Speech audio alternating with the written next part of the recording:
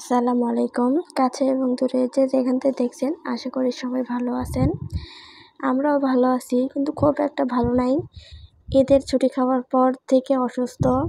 তারপরও ঈদের পরে এই যে ঈদের চতুর্থ দিন আমরা বের হয়েছিলাম ঘুরতে। আর বাবার অফিসটা বন্ধ ছিল।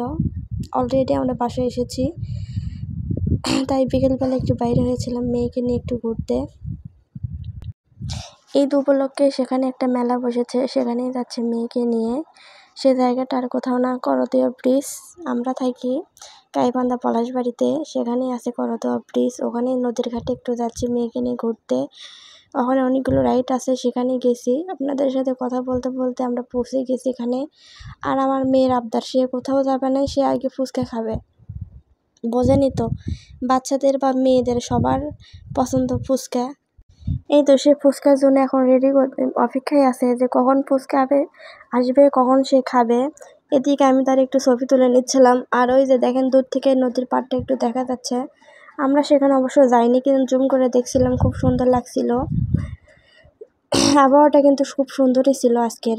কথা বলতে বলতে ফুচকা চলে আসছে, আর আমার মেয়ের দিকে দেখে কে, সে ফুচকা খেতে ব্যস্ত, কিন্তু সে ঝাল খেতে পারে না। সে ফুচকার ভর্তাটা খায়নি, শুধু খালি ফুচকা আর শশাটা খাচ্ছে। এটাতে সে খুশি যে ফুচকা সে খাবে। অনেক দিন ধরে বলতেছিল যে বাবা আমি ফুচকা খাবো, তাই তাকে ফুচকা খাওয়ানো হচ্ছে। তেমন একটা বাইরের খাবার আমরা খাওয়াই না মেয়েকে। ফুচকা আমি প্রায় বেনেই দেই, এই জন্য বাইরে নিয়ে যাই না। আর কথা বলে শেষ করে যে ফুচকা খেয়ে আমরা একটু খেতে খেতে সন্ধ্যা লেগে গেল। আর সন্ধ্যার পরে পরিবেশটা দেখেন কত সুন্দর, নদীর পাড়টা দেখতে খুব সুন্দর লাগছিল। আর মানুষজন অনেক ছিল। কথা বলতে বলতে আমরা আরও কিছু নিয়ে চলে আসলাম।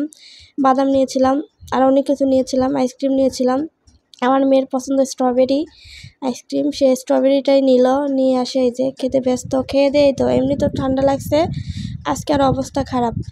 ভিডিওটা ভালো লাগলে লাইক করবেন, সাবস্ক্রাইব করে পাশে থাকবেন। আসসালামু আলাইকুম।